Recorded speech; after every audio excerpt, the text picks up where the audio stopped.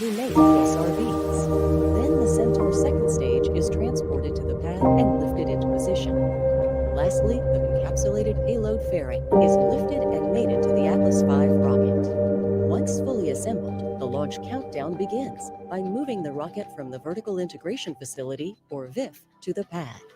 To complete this move, which spans about 1/3 of a mile,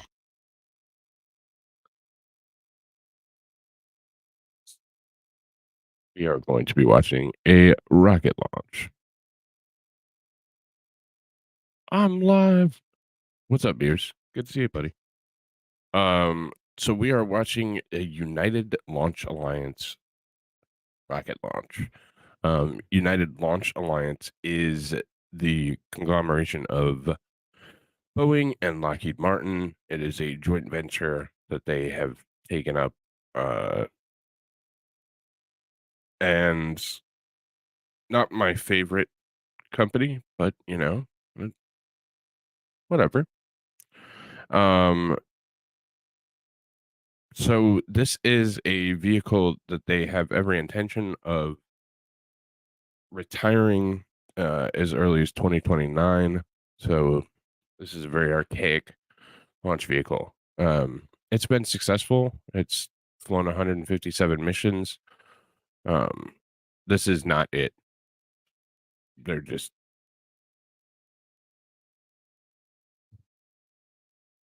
I don't think Atlas this is it. begins a pitch over to attain the proper flight path. No, this is just I was like, wait a minute.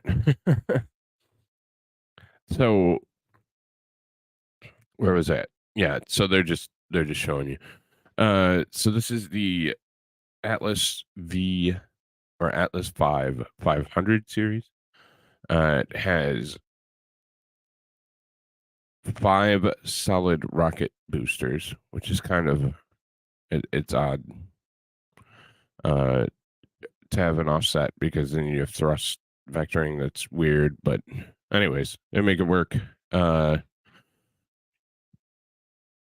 also have a first stage that is liquid oxygen and RP1, or rocket grade kerosene. Then we come into the second stage. The second stage is a hydrogen and oxygen, or hydrolox engine. It's the RL-10, I believe it's C, and that's an Aerojet Rocketdyne engine. It's been incredibly reliable, and it's called the Centaur upper stage. So it's a vacuum optimized engine for the vacuum of space. Not a cloud in the sky, and it's only 77. That's perfect weather. I've been listening to it this morning. They are go for launch as of now. ULA builds in holds, so that's where we're at, is a T-minus 4-minute hold, which makes it difficult to broadcast, but they don't really care. So yeah, back to the Centaur upper stage has been incredibly reliable. Our payload today is a National Reconnaissance Office launch. So we get no payload information. No, it's top secret. So it's likely a spy satellite, something to that nature. But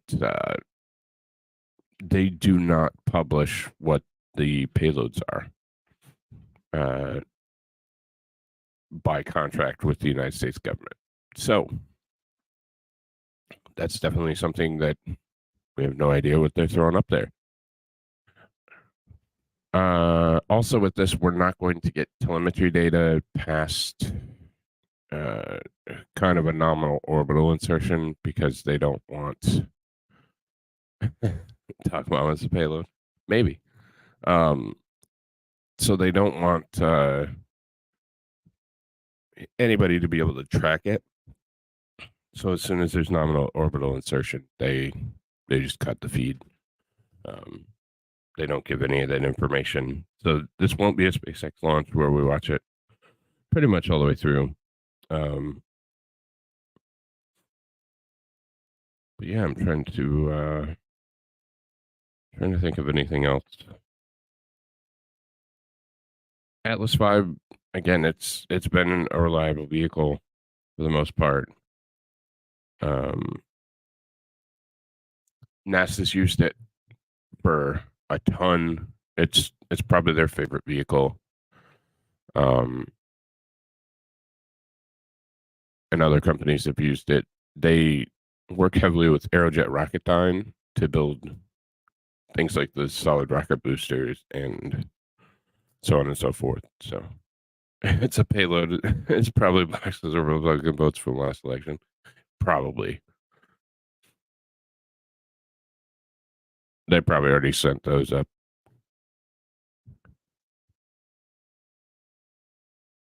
Let's listen in to what they're. Hours of deep technical expertise ensuring the success of multiple National Reconnaissance Office missions. His warm personality, team spirit, and phenomenal leadership will be remembered by the intelligence community and the United States Navy. To our fellow patriot, fair winds and following seas, may you rest in peace. MD out.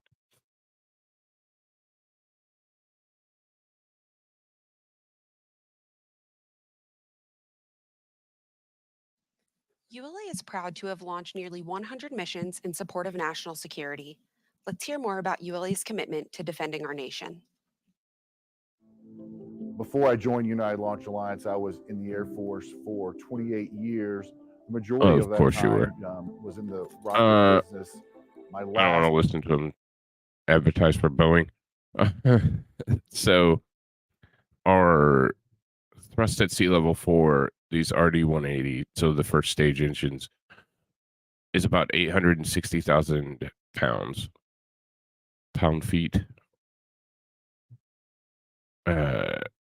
Specific impulse is 311 seconds.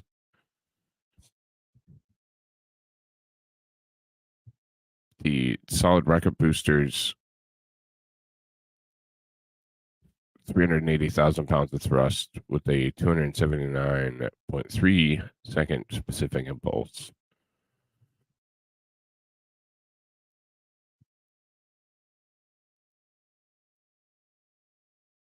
And I was looking for something specific, but I'm not seeing it. And that's probably because they don't want us to know.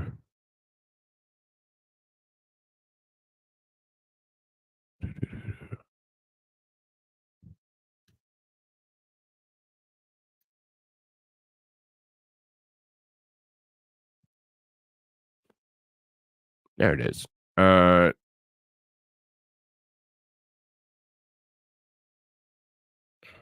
So it's 58.3 meters or 191 feet.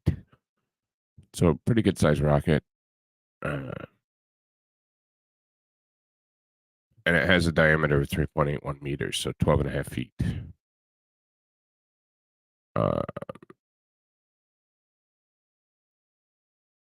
The mass without a payload is 590,000 kilos or 1.3 million pounds.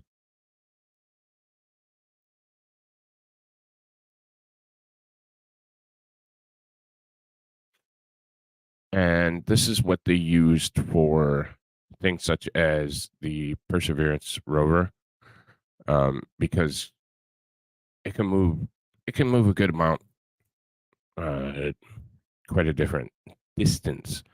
So to geostationary transport orbit, they can move about 7,500 kilos, about 15,000 pounds. So.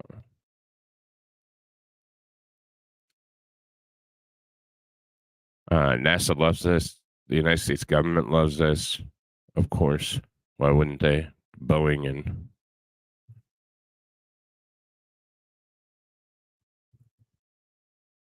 United Launch Alliance is Boeing and Lockheed Martin. So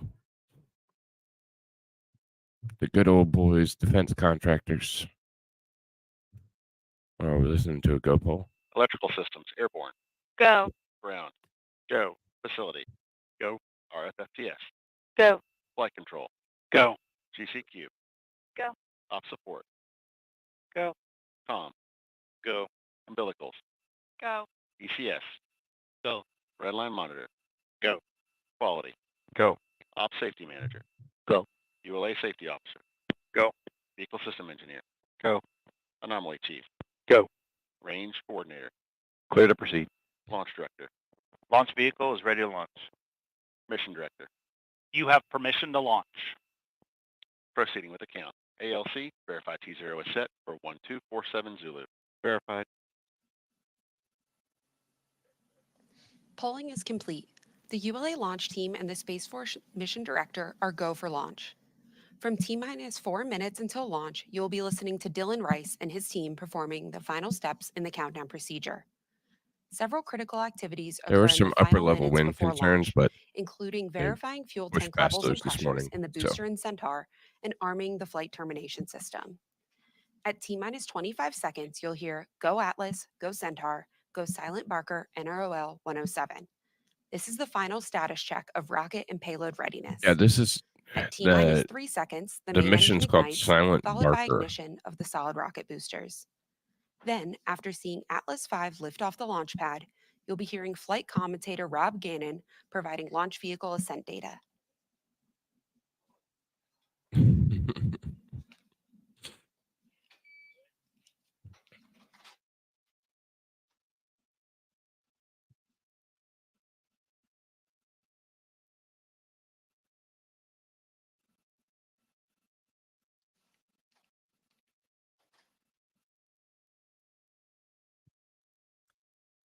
Oh, that's cold, Scad. Maybe.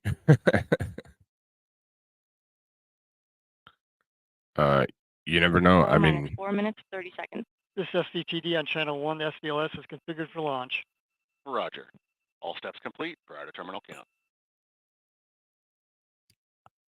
yeah, they don't give us any payload information This is whatsoever. Atlas Mission Control at T-minus 4 minutes and holding. We anticipate releasing the hold in just a few moments.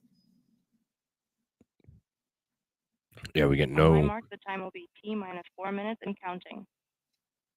3, 2, 1, mark. All right, so we have a good count. 2:55. The countdown clock has resumed, and we are go for launch at 8:47 So they a.m. build Eastern. in holds With at liftoff approaching, we're I going to think raise it's the volume on our launch 28 team so you can hear minutes the and final then preps taking place. one at 4 minutes. So it's not like SpaceX where it's predictable and your count's a good count. They can hold there for an hour, and 3:30. you know. Atlas hydraulics at flight pressure.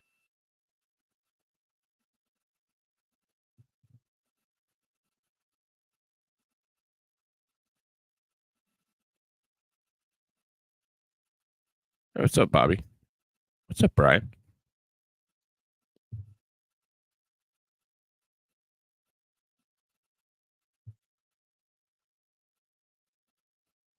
So T-minus 3 minutes. T-minus 3 minutes.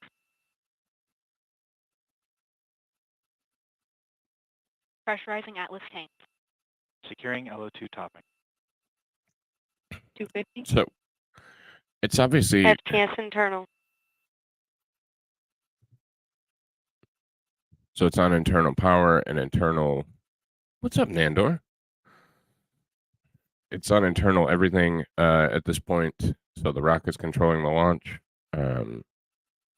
But whatever they are putting up is massive. This is the biggest payload fairing configuration that they have because they have dozens of different configurations that you can move this or more thrust here or more different burn rates, that kind of thing.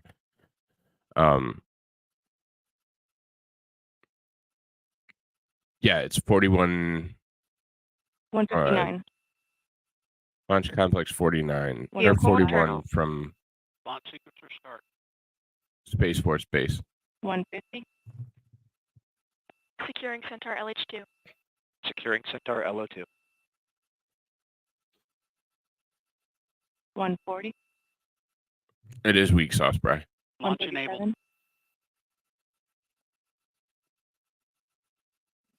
T-minus 90 seconds. The launch vehicle, payload, ground systems, and eastern range are go for launch.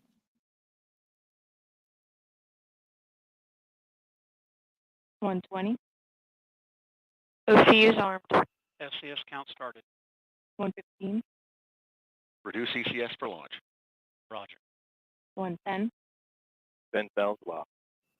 But anyways, it's whatever it is, there has to be. T minus All 1 right, minute. T minus 1 minute. there has to be some kind Green of screen. It's got to be a heavy payload because it's the most launch configuration, so they have the most boosters on it. It's to its max. This is the max capability of this 30 rocket. seconds. So Stable it's at either 70. going really far into deep space, which is not common with the National Reconnaissance Office, or it's a really heavy payload. Verify ECS reduced for launch. Verify. Bobby, seconds. United Launch Status Alliance. check. Go Atlas. Go Centaur. Go SILENTBARKER, NROL-107. And here we go.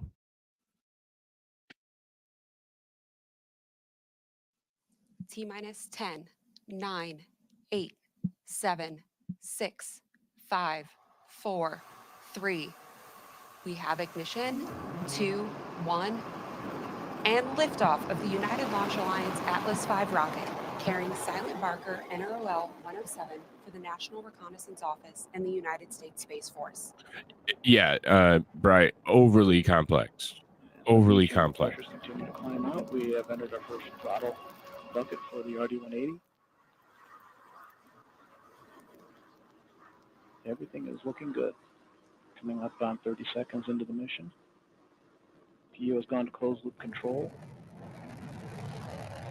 We've completed pitch program. Lots of puffy Mach stuff, 1. Greedy. Vehicles now supersonic. Coming up on max Q. Max dynamic pressure. And we're throttling up on the RD-180s, dosing normal burn profile on the SRBs. I think it's so crazy that they 10 seconds, we'll be throttling down for SRB burnout. put 3 Body weight boosters look on good, one side, acceleration looks 2 good. on the other. Throttling down in preparation for SRB burnout. You are hearing the voice of Rob Gannon providing launch vehicle ascent data. SRBs are rolling off. So anyways, United Launch Alliance, Bobby, And it's we have burnout. All 5 Boeing SRBs and are Lockheed rolling off, Martin approaching 0. RD-180 continues joint to venture. operate normally. About 10 seconds to jettison.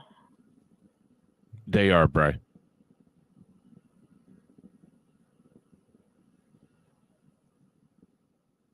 So they RD-180 lock continues to on, operate normally. so they basically slide in on the bottom. And we have jettisoned There's only all one 5 lock point. SRBs. And the lock point, as you saw, it pushes it out. So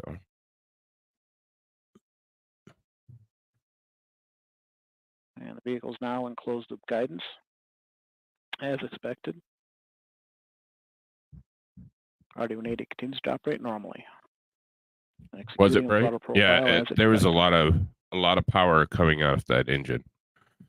Like I said, that's their most powerful configuration 2 that minutes, they can nominal put together BTO. for the ship. So Next event we're looking for is throttling down to 2.5 G constant acceleration in preparation for fairing separation.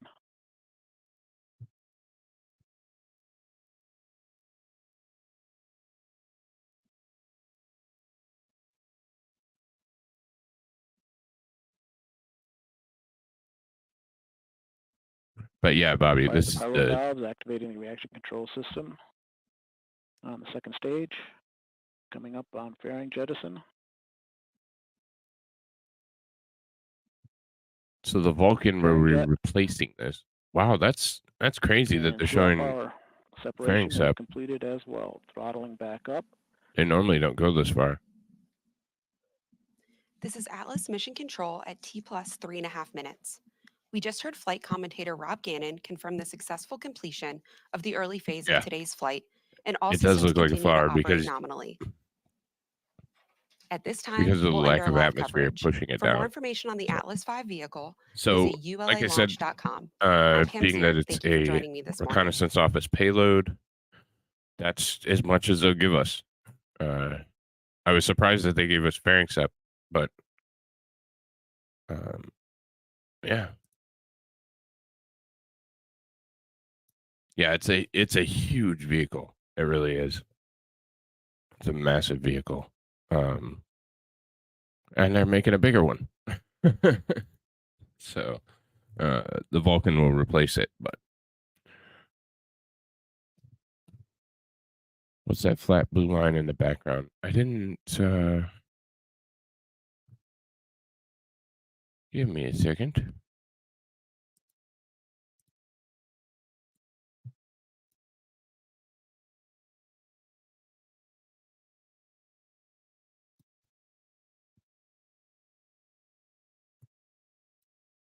Go back to it.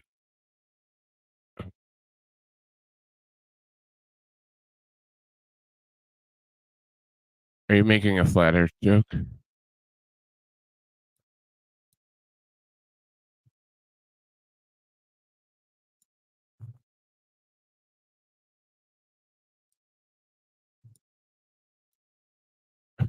Okay. I went back to look. There's curvature.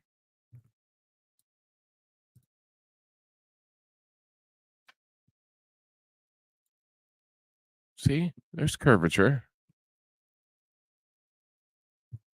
At this point in orbit, I mean, they're only probably 90, 100 kilometers up. Again, we don't get telemetry, so we wouldn't know. But, so there's not a lot of curvature there. But there is curvature. Flat earthers make no sense. But anyways, so thanks for joining me this morning. A shorter one, but that's because they don't give us a lot of information. Thank you, Boeing and Lockheed Martin for. And to be honest, this wouldn't have happened if SpaceX hadn't pushed it. So, but so anyways, I digress. Thank you so much for stopping by and hanging out with me on this wonderful Sunday morning. You guys have a great Sunday day, and I will catch you guys later. Take care.